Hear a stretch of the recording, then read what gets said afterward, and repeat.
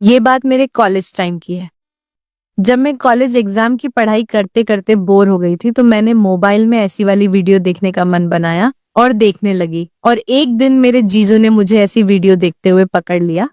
उस दिन से जीजू मेरे साथ मेरी दुकान का उद्घाटन करने की जिद करने लगे। वे मेरा उद्घाटन करना चाहते थे, लेकिन हर बार मैं उन्हें उद्घाटन करने से मना कर देती। मेरी कॉलेज की परीक्षा नजदीक आ रही थी, जिसके लिए मैं पढ़ाई कर रही थी, और हमारे घर पर ऐसा कोई नहीं था जो मुझे कॉलेज तक ले जाए। कॉलेज हमारे घर से काफी दूरी पर था, इस कारण हमें एक दिन पहले ही कॉलेज जाना पड़ता था। फिर मैं जीजू को लेकर चली गई। मैं जीजू के साथ नहीं जाना चाहती थी। मुझे पता था जीजू को समय मिलते ही वो मेरी दुकान का उद्घाटन कर देंगे, लेकिन मेरे पास दूसरा रास्ता नहीं था।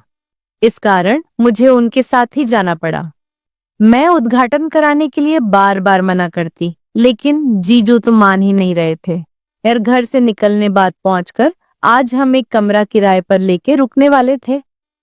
मैं जीजू से 2 कमरे बुक करने को बोल रही थी, लेकिन इधर उधर घूमने के बाद पता चला कि सारे होटल के कमरे बुक हो चुके थे। फिर मैंने और जीजू ने एक ही कमरा ले लिया और कमरे में जाते ही जीजू ने कहा, अब डिनर करके आराम करते हैं। और फिर करीब रात के 11 बजे जीजू ने मुझे बोला, दोस्तों, अपने बारे में आपको बताना तो भूल ही गई थी। ये कहानी मेरे और मेरी दीदी और जीजू की है। मेरा नाम मीनाक्षी है। मैं अभी 21 साल की हूँ। अभी तक मेरा कॉलेज खत्म नहीं हुआ था। मैं मेडिकल नर्सिंग की पढ़ाई कर रही हूँ।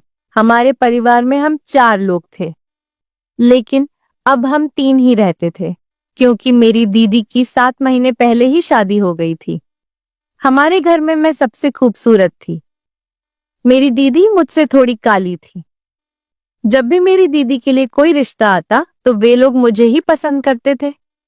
लेकिन अभी मैं बहुत छोटी थी और शादी की उम्र भी अभी कम थी, और मेरी पढ़ाई भी पूरी नहीं हुई थी।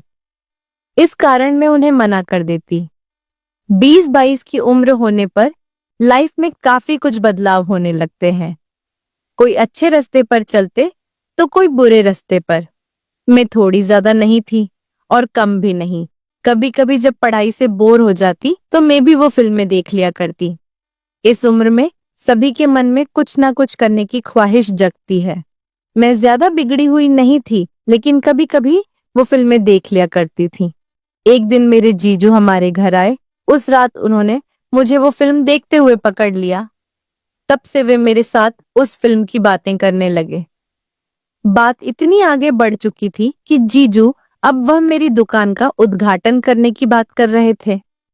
वे कहते, तुम्हारी दीदी बहुत काली और मोटी है, इस कारण उसके साथ वो बात नहीं है।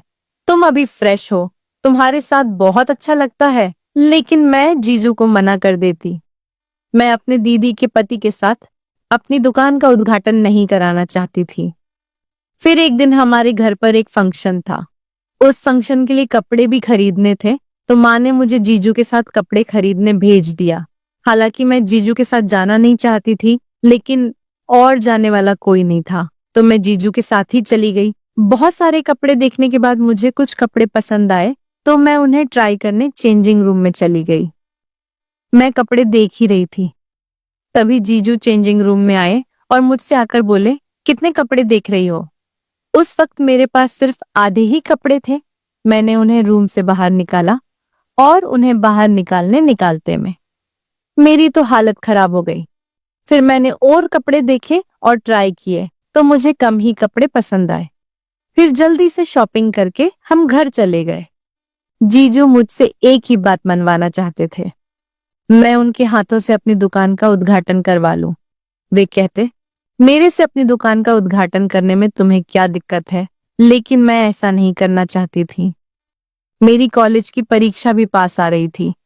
मेरी मेडिकल नर्सिंग की परीक्षा थी, लेकिन एक परेशानी थी, मेरी परीक्षा की और दूसरी हमारे कॉलेज की। इस वक्त हमारा कॉलेज बंद था। सभी बच्चे अपने अपने घर जा चुके थे। फिर भी कॉलेज वाले एग्जाम ले रहे थे। कॉलेज हमारे घर से भी बहुत दूर था। जाने में करीब 1 दिन लग जाता था। हमारे घर पर मुझे कॉलेज तक ले जाने वाला कोई नहीं था। तो दीदी कहने लगी, तू अपने जीजू को साथ लेकर जा, हमारे पास गाड़ी भी है, तुम्हें जाने में कोई दिक्कत नहीं होगी फिर में। और जीजू सुबह ही घर से निकल गए। करीब शाम के 4 बजे हम कॉलेज पहुंच गए, लेकिन हम कॉलेज में नहीं गए, हम एक होटल में रहने चले गए। जीजू ने एक कमरा बुक कर लिया। मैं 2 कमरे बुक करवानी चाहती थी, लेकिन जीजू ने मना कर दिया। खाना खाने के बाद जीजू कहने लगे, चलो हम पार्क में घूम आते हैं। मुझे पार्क में घूमने में बहुत मजा आता था, तो मैं जल्दी से मान गई। लेकिन जीजू मुझे पार्क की बजाय किसी जंगल में लेकर चले गए। रात के 9 बज रहे थे। जंगल बहुत ही डरावना हो चुका था। मेरे डर से पसीने छूट गए। जीजू मुझे लेकर घने जंगल में चले गए और जीजू ने कहा, अब तुम्हें मेरी बात माननी ही पड़ेगी, नहीं तो मैं तुम्हें इस जंगल में अकेला छोड़कर चला जाऊंगा। मैंने पूछा, कौन सी बात? तो वे कहने लगे, मैं तुम्हारी दुकान का उद्घाटन करना चाहता हूँ। मैंने कहा, मैं मर जाऊंगी लेकिन दुकान का उद्घाटन आपसे कभी नहीं करवाऊंगी। तभी जीजू अचानक अंधेरे में छुप गए। मैं होटल जाने का रास्ता खोजने लगी। बहुत समय तक मैं रास्ता ढूंढती रही, लेकिन मुझे कोई रास्ता नहीं मिला। हम काफी जंगल के अंदर आ चुके थे। मैं जोर जोर से चिल्ला रही थी, लेकिन आसपास कोई भी नहीं था। बहुत समय हो चुका था। जीजू अभी तक बाहर नहीं निकले थे। मुझे डर भी बहुत लग रहा था। जंगल से अजीब अजीब आवाजें आ रही थी। अब मुझसे खड़ा भी नहीं हुए जा रहा था। अब मेरे पास एक ही रास्ता बचा था। जीजू की शर्त मानने के अलावा मेरे पास कोई रास्ता नहीं था। अगर मैं उनकी शर्त नहीं मानती तो कल का एग्जाम मैं नहीं दे पाती। मैंने जीजू से कहा, मैं आपसे दुकान का उद्घाटन कराना चाहती हूँ। आप उद्घाटन कर लेना, पर अभी के लिए प्लीज आप बाहर आ जाओ, मुझे बहुत डर लग रहा है। मेरी बात सुनते ही जीजू बाहर आ गए। फिर हम होटल चले गए। होटल के कमरे में जाते ही जीजू मेरे साथ दुकान के उद्घाटन वाली बातें करने लगे और बोले, दुकान का उद्घाटन कैसे करें? उन्होंने लगभग मेरी दुकान का सारा सामान उतार दिया था। वे जैसा दुकान का उद्घाटन करना चाहते थे वो ऐसा करने लगे। मुझे बहुत बुरा लग रहा था। आज तक मैंने ऐसा उद्घाटन कभी भी नहीं कराया था। कुछ देर बाद निकलने लगा। मुझे मजा तो आ रहा था दुकान का उद्घाटन कराने में, लेकिन उतना नहीं जितना मैं अपनी मर्जी से मान जाती। उद्घाटन करने के लिए फिर जीजू मेरे साथ उद्घाटन के बहुत समय तक मजा लेते रहे। मेरी दुकान के उद्घाटन में कटे केक को पूरा निचोड़ लिया था। अब मैं उनसे रुकने की बात कर रही थी, लेकिन जीजू रुकने का नाम ही नहीं ले रहे थे। तभी मैंने उन्हें दीदी की कसम दे दी तो वे रुक गए। अभी रात के 2 बज रहे थे तो मैं सो गई।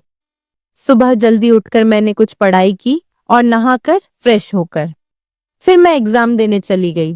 एग्जाम खत्म करके मैं जीजू के साथ घर आ गई।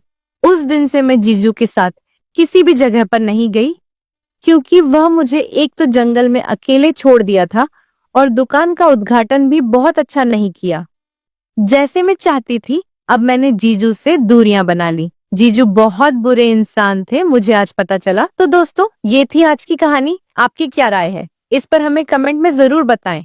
अगर आपको हमारी वीडियो अच्छी लगी हो तो आप चैनल को सब्सक्राइब करना ना भूलें। मिलते हैं कल एक और नई कहानी के साथ।